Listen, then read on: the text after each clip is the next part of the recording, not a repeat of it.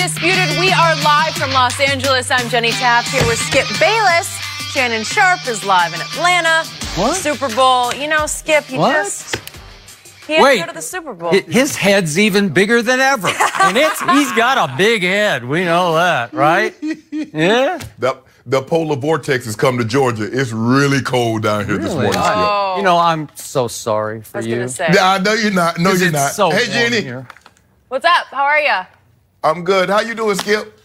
I'm doing really well, and I just want to say publicly what a privilege and an honor it is to be working with a Hall of Famer, Shannon Sharp, who's now on the scene in Atlanta for the Super Bowl. He will be the dominant Hall of Famer at the Super Bowl. So I thank you for that. You don't always make Hall of Fame bets, but that's a whole nother issue, right? I know you're trying to butter me up and say all these kind things. I'm not buying it for 1 second. I'm so honored. I got a Hall of Famer on site in Atlanta in the ATL. His town. My home. Yeah. Okay. Way to go. Here we go. Well, we're going to get on with the show because we have a lot to get to today. Who is looking worse right now, Anthony Davis or the Pelicans? And did Sean Payton take a shot at the commissioner yesterday? We're going to get to that, but hey, we got to start with LeBron. The Lakers face the Clippers tonight, but they'll be without LeBron again. He's been ruled out for the 18th straight game with his strained groin injury, despite the fact that Luke Walton said he looked good at practice yesterday. There are a lot of rumors going on in LA right now, from LeBron's health to Anthony Davis trade rumors, but the King did not clear up anything with his Instagram post yesterday. He posted this shot at practice with the caption, "Calm before the storm." Shannon, what is going on here? Nothing. Just the calm before the storm. We know the storm is coming, Skip. You know it's coming. It's inevitable.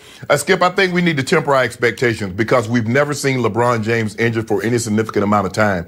And so the expectations of him coming back in a week, 2 weeks, or 3 weeks, that was on us. The timetable was between 3 and 6 weeks. So he's going to be at the end, the very end of that timetable. I don't believe he's going to come back. You know, I have had to reassess even my own expectations of LeBron. I believe he comes back Tuesday, which will be exactly 6 weeks into this process. You have to be cautious. Sometimes you have to be overly cautious when you're dealing with a groin injury. You won't really know if it's 100% until he actually gets into the game. And you want to make sure he's as close to that, if not that, or above that. And plus, what is it going to hurt? I mean, the guy's gone to 8 straight finals. His body needs a rest. He will be fine. You know it's coming. It's inevitable. Inevitable. Webster defined inevitable, that which is bound to occur, the unavoidable. Wow, so deep. when he, I wouldn't have known that if you hadn't looked it up for me. Wow. Just so you know, Skip Bayless, I know you trying to coax him in there. I read your people be sending me what you tweeted. So you're stalking my tweet. No, ain't nobody. I'm not stalking. I'm not creeping on your social media posts.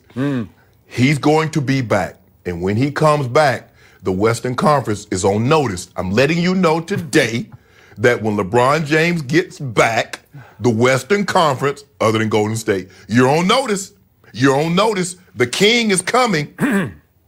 So, LaShannon Sharp, you have put me on notice day after day after day after day after day. We come out here and you say, it's tomorrow.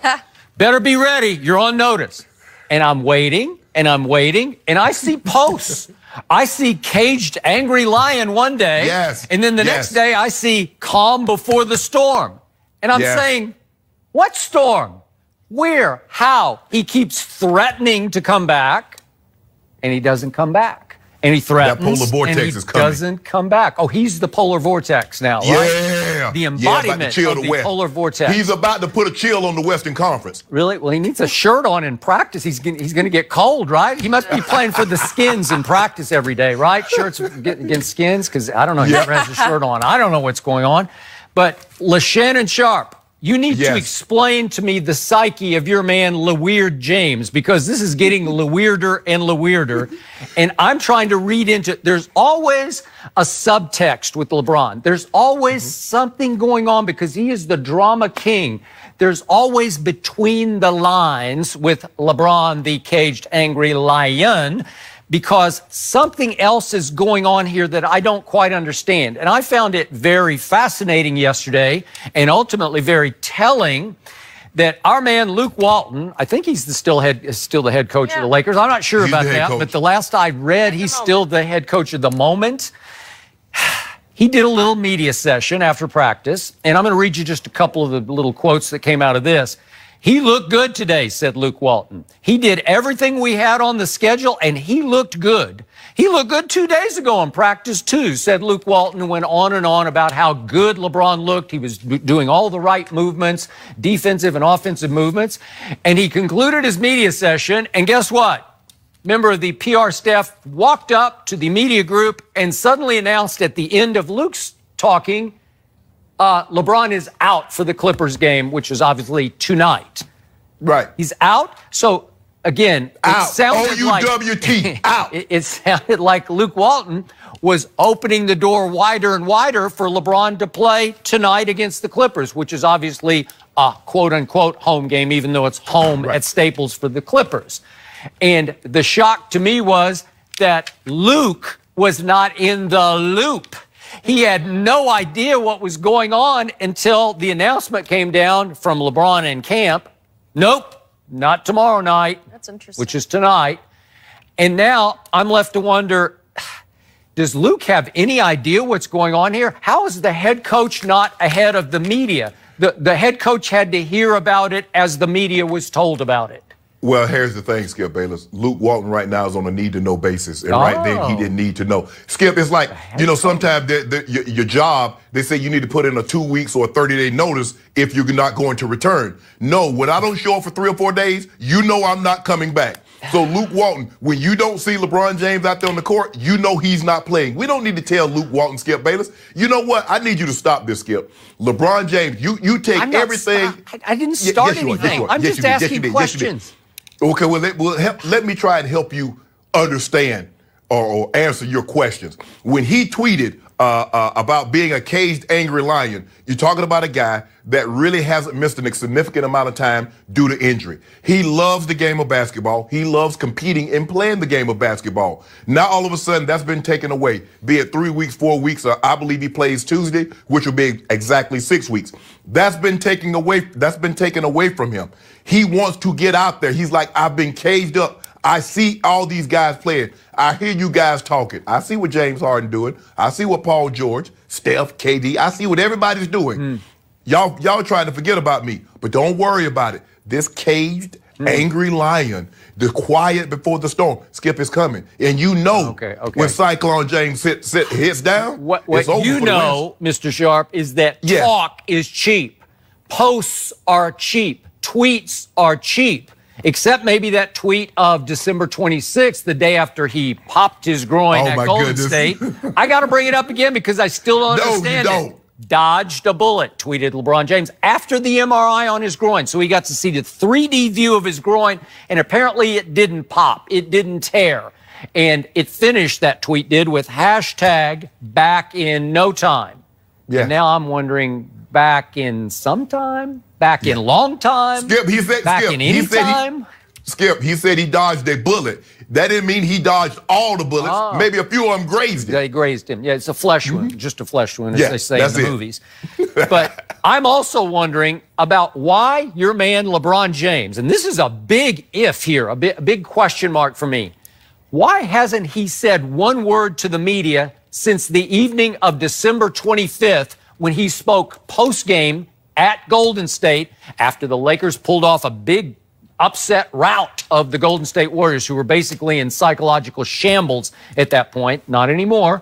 But that was the last time we heard from LeBron James. He loves to speak. He speaks every day after practice. Not when he's not playing, he doesn't. Oh, really? No, we don't do talking when we're not playing. Well, is he not the face of the franchise? Is he not LeBron James? He is, Skip Bayless, but you know when you don't play, you don't talk. because you are going to try to parse all of his words like you do all the time. Well, I'm parsing all of his IG posts, so I don't Well, know. you know That's what I all I mean. got right now, right? Skip, he's coming back. It's okay. The expectations were us. Like you said, he's been Iron Man. You've seen him have the very ankle injury that Lonzo Ball had. I told you that.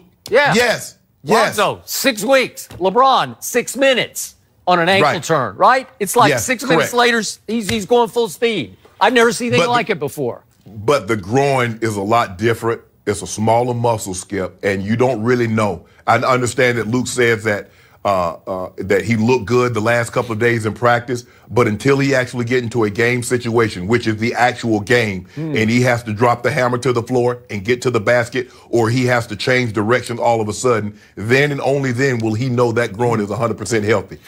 So this also gave me cause to pause. His man, Rich Paul, his agent, the agent for also one Anthony Davis. Correct. Who has been the only mouthpiece for LeBron James, these 6 weeks off. In the middle of all this, there was suddenly like a rant where Rich Paul went on a media tour, a rant tour, and at one point he told The Athletic, we don't give a what nobody thinks or says. We're not on nobody else's timeline. And he sounded angry to me, sounded angry to everybody, like somebody had been pushing on LeBron from above to go ahead and play. It sounded like a similar situation to what happened to that guy number 2 in San Antonio last year when the Spurs cleared him. The medical staff, most conservative, cautious medical staff in all of sports, the Spurs staff said, nope, you're 100% ready to play in January. And number 2 said, no, I'm hurt. And as you know, number 2 wouldn't play the rest of the year. So do we see a developing number 2 scenario here in L.A. where it sounded like Rich Paul was angry at the Lakers because somebody from above, I have no idea, Magic, Pelinka, Genie, I don't know, a doctor said, LeBron, you can go now. And Rich Paul said, no, we're not going until we decide we are ready. There's something going on under the surface here. I see what you're hinting at, Skip Bayless. I'm not hinting.